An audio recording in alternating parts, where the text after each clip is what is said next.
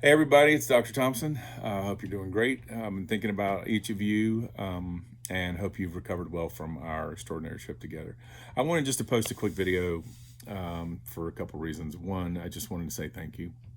Thank you to those who conceived of the trip. Thank you for those who led the trip, for those who supported it financially, supported it with your talents, and of course, especially those of you who attended the trip. And you know who you are, who gave your time, whether you wanted to or not, and came on this trip. And I'm really grateful for that. And thank you for including me in it. I love being with you. You are wonderful, funny, brilliant, kind people. And it was a pleasure to spend those weeks with you. And the second reason that I wanted to post this video is I just wanted to ask you to think about several things from this trip together, because there have been like 4 questions that I've been asking myself about this trip since it's been over. The first is, where did Harriet begin? I want you to think about standing on the edge of that field where we all did together, looking out at that plantation where she was born. And what strengths and resources and weaknesses and limitations does she have? And then, think about yourself. Like, where are you coming from? And what strengths and resources do you have?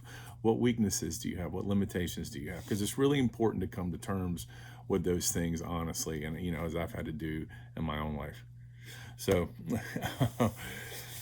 secondly, where did Harriet end up?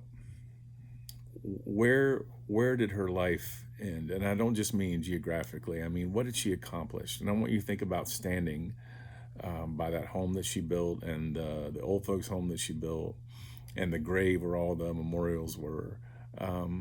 Just think about where she went. And I want to just ask you to consider where you want to go.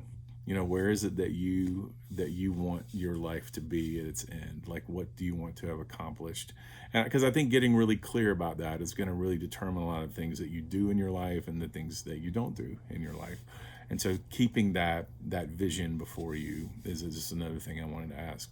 The third question is, what did she have to do to get from point A to point B or Z, where she started to where it ended? What did she need, both internally in terms of her own character and strengths, and also in terms of community, faith, the support of God, the support of people around her, and then begin to look at, like what you yourself are prepared to do. What do you feel like you need, and what are you going to give and sacrifice in order to get from where you are to where you want to go? Because I think Harriet has really challenged me on that you don't just like happen to end up in freedom, right? You have to go there on your own legs and with the support of others. So think about that. What are you wanting to do and willing to do?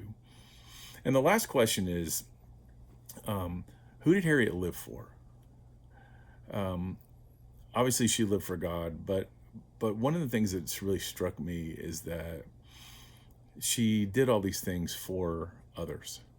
That wherever she went, she either tried to take people with her or did in fact take people with her and went back again and again.